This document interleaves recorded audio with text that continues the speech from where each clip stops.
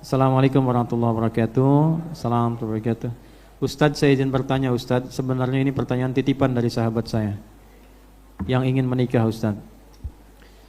Sahabat saya ini anak kedua dari 2 bersaudara, dia sudah bekerja, sementara abangnya hanya guru les privat, ya bekerja juga. Sementara ayahandanya telah meninggal. Jadi begini Ustadz, sahabat saya di sini sudah melakukan lamaran, di mana sahabat saya ini, nanti hitungnya berapa kali antum mengulang sahabat saya ini. Di mana sahabat saya ini dan pihak perempuan sudah membayar atau mencicil untuk pernikahannya seperti biaya dekorasi dan lain-lain. Tetapi pihak perempuan ingin menyudahi hubungan dengan alasan abang dari sahabat saya belum mendapatkan pekerjaan yang layak atau pasti. Ini mau menikah sama orangnya apa sama abangnya? Jadi pihak perempuan takut untuk finansial setelah menikah tidak cukup dengan penghasilan dari sahabat saya yang dimana sahabat saya juga menanggung kebutuhan rumah ibunya untuk saat ini. Jadi pertanyaan saya, apakah sahabat saya harus menjalankan sampai pernikahan atau menyudahi hubungan ini Ustadz? Dan juga sahabat saya bertanya, apakah ini ujian atau pertanda bahwasanya memang mereka tidak berjodoh Ustadz? Ya, begini.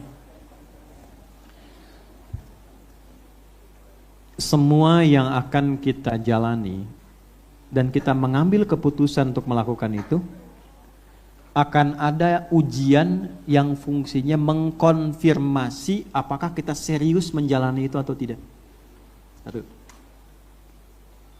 Yang kedua, ujian ini juga mengkonfirmasi semua potensi kebaikan kita supaya keluar, sehingga saat mendapatkan apa yang kita inginkan dengan semua kekuatan yang baru tadi, lebih mudah menjalani kehidupan baru yang akan kita jalani. Itu dulu kaidahnya. Yo, mari kita ambil ayatnya. Misal pertama Al-Baqarah ayat 155. Wala nabluwannakum bisyai minal khauf wal ju' wa naqsi minal amwal wal anfus wath samarat wa basyiris sabirin. Ayat 2 Al-Baqarah di ayat 214.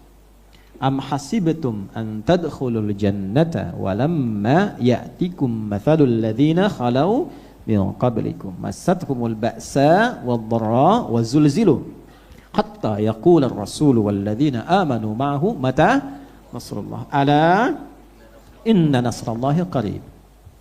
Saya ambil dari ayat yang pertama dulu, Al-Baqarah 155. Wala nabluwannakum. Dan setiap Anda yang hidup pasti akan diuji dengan beragam ujian untuk mengkonfirmasi kesungguhan dari kehidupan Anda, sekaligus untuk mendapatkan kemudahan dalam mendapati apa yang Anda inginkan. Itu hukumnya begitu, semua akan diuji Bu, Pak. Gimana taunya kalau ini yang melamar ini sungguh-sungguh? Dari mana taunya orang tuanya dia serius? Orang tua harus nguji kan? Ibu maaf Bu ya, Pak, kalau ada anak yang muda ini di sini, tiba-tiba pulang pengajian, datang ke rumah Bapak Ibu, melamar anak Bapak Ibu. Bapak Ibu uji nggak? Langsung setuju apa diuji dulu? Diuji dulu, pasti ditanya, adik siapa? Ya kan? Kenapa ingin melamar anak Bapak? Di mana tinggalnya? Itu udah otomatis. Mengapa kalimat itu penting keluar? Pertama, dijelaskan Al-Quran untuk menguji apakah kita serius enggak. Sungguh-sungguh tidak. Sama persis Anda datang ke sini, apa tiba-tiba ada pengajian Ustadz Adi, merem, langsung nyampe. Hah? Kita lewat pintu ajaib, dibuka langsung masuk An-Nur. Tidak kan? Anda akan diuji dulu. Pengajian dimulai jam 8, Anda tinggal di mana? Di Tangerang. Tangerang ke sini jaraknya berapa? Kemacetannya di mana? Berangkat jam berapa? Ada menghadapi kemacetan, ongkos harus keluar. Datang kadang-kadang ngincar posisi depan, dapatnya di depan bagian luar. Bisa aja terjadi kan? Itu ujian, sungguh-sungguh apa enggak? Ya bisa jadi ketika Anda sampai di sana sudah penuh, ya penuh nggak dapat, balik lagi, diuji. Sebenarnya mau duduk, mau dengar pengajian, nyari posisi atau nyari ilmu. Itu diuji semua, ya, semua konsep hidup begitu. Apa dikira tiba-tiba dapat ijazah begitu aja wisuda tanpa ujian? Diuji dulu. Ya, diuji, pasti Anda ikut ujian dulu, sekolah dulu, diuji dulu, baru dapat ijazah, baru wisuda. Kalau Anda tiba-tiba dapat, gak ada sekolah, gak ada ujian, disoal nanti. Dari sekarang, hukumnya begitu. Jadi kalau Anda berani untuk melamar anak orang, berani juga menghadapi ujian.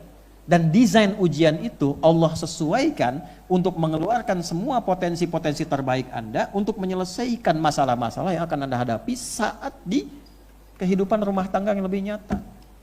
Minimal Anda paham, ditunjukkan oleh Allah, nih karakter calon istri Anda tuh begini. Oh, masih ada kekhawatiran. Kalau sudah menikah, dia ternyata pribadi yang senang menghitung. Pribadi yang rasional. Bagaimana mengondisikan yang seperti itu? Nanti pelan-pelan, tanya balik dulu, Anda serius nggak melamarnya? Kalau serius, buktikan Anda layak terpilih untuk meminang dia. Maka mulai datang dengan pendekatan 3 hal. Pendekatan keimanan dulu. Kan? D. Sayang biasanya setelah menikah ya. Kalau belum menikah jangan kebanyakan sayangnya, nanti setelah menikah hilang tuh sayangnya. Ya.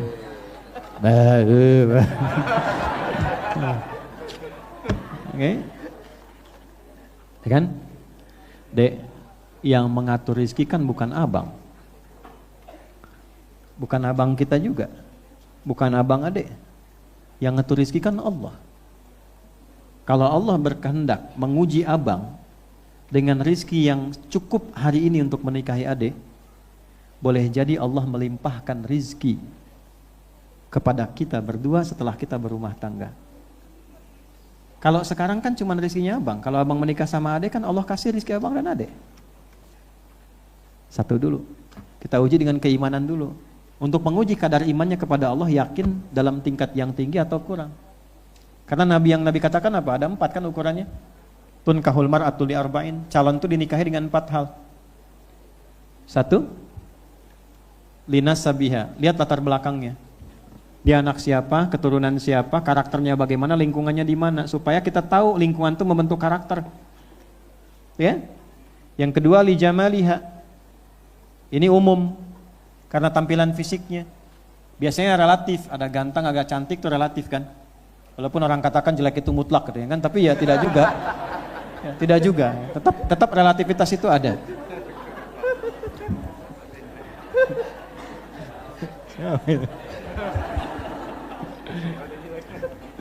Ya. Ah, nanti yang ketiga apa? 5 liha. Karena hartanya, dia boleh, dia sesuai karakter ini. Ada orang yang melihat kecenderungan harta. Ya, kalau untuk perempuan nanti dibalik, dia melihat harta berarti dia sampai pada fitrah hadis itu 5 liha. Dia menilai harta. Oh, harta calon suami segini nih, bisa nggak menjalani kehidupan nanti itu? Berarti normal itu. Nah, cara suami melihat membalik lagi, bagaimana kemampuan dia menjaga harta suami. Nilai. Nanti yang keempat, kalau ingin kumpulkan semua tadi, itu ya 1 sampai 3, 0. Keturunan 0, fisik tampilan 0, harta 0. Yang satunya lidiniha, kekuatan agamanya, itu 1. Jadi kalau 1 ketemu 0, 10 nilainya. 0-nya 2, 100. 0-nya 3, 1000. Tapi kalau 1 hilang, 0 semuanya. Maka uji dulu dengan imannya. D, yang menentukan rizki itu bukan abang, bukan abangnya abang, bukan ade juga, tapi yang ngatur rizki siapa? Allah. Sepanjang kita berumah tangga karena Allah, mendekat karena Allah, berusaha karena Allah, pasti Allah kirimkan rizki yang terbaik untuk kita. Baru masuk contoh. Lihat deh. Abdurrahman bin Auf saja, rizkinya hanya pakaian yang melekat di badannya.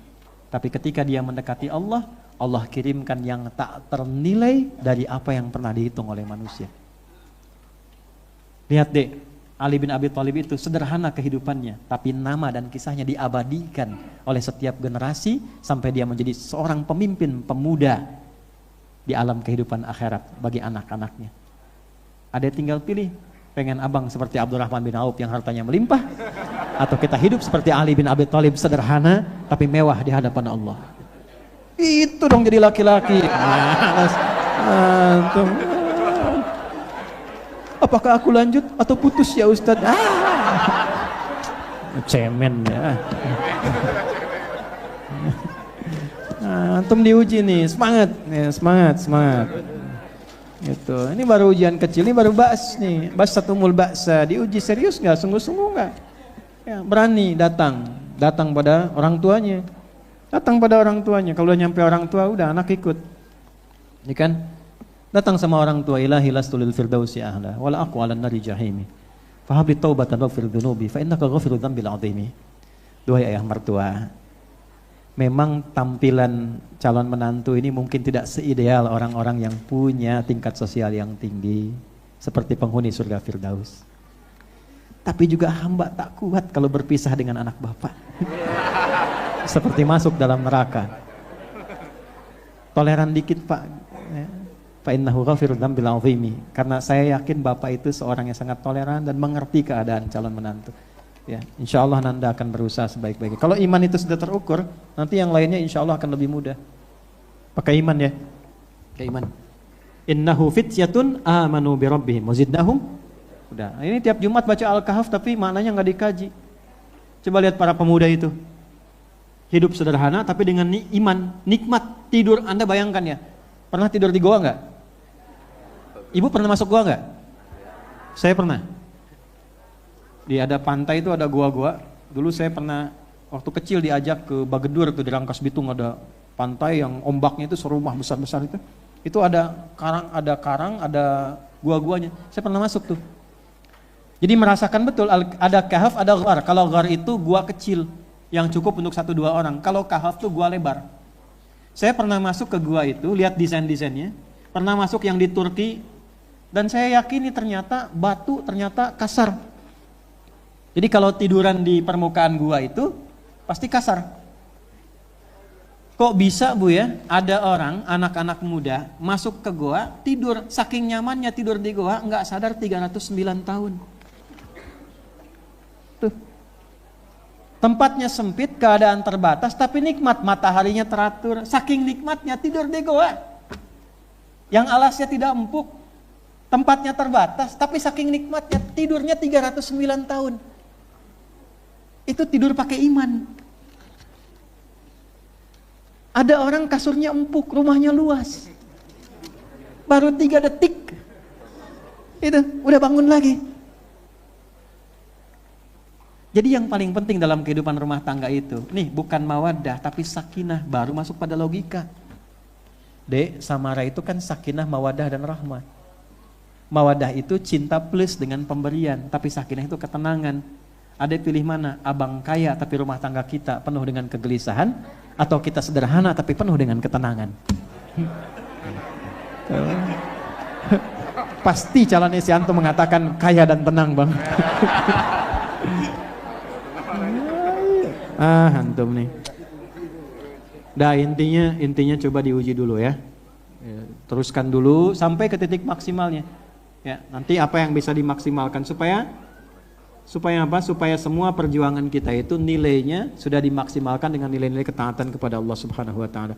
Mudah-mudahan Allah lembutkan. Oke, saya cepat. 1, berdoa minta petunjuk kepada Allah. 2, minta memperbaiki keadaan jiwanya. Anda dengan calonnya, doanya Allahumma aslih ahwalana. Aslih ahwalana ma yuqarribuna ilaika. Ati anfusana taqwaha wa zakkiha anta khairu man zakkaha anta waliyuha maulaha. Ya Allah, perbaiki keadaan diri kami dan jiwa kami agar lebih mampu mendekatkan diri kepadamu dalam ketaatan. Sucikan jiwa kami sehingga tidak terbawa dalam kuasa duniawi dan nafsu, karena hanya Engkaulah yang mampu mengendalikan dan mengarahkannya. Itu. Yang kedua, kemudian uji dengan kalimat-kalimat tadi supaya membangun visi kehidupan rumah tangga yang benar. Kalau lolos dari ujian itu, insya Allah yang lainnya akan dimudahkan. Ya.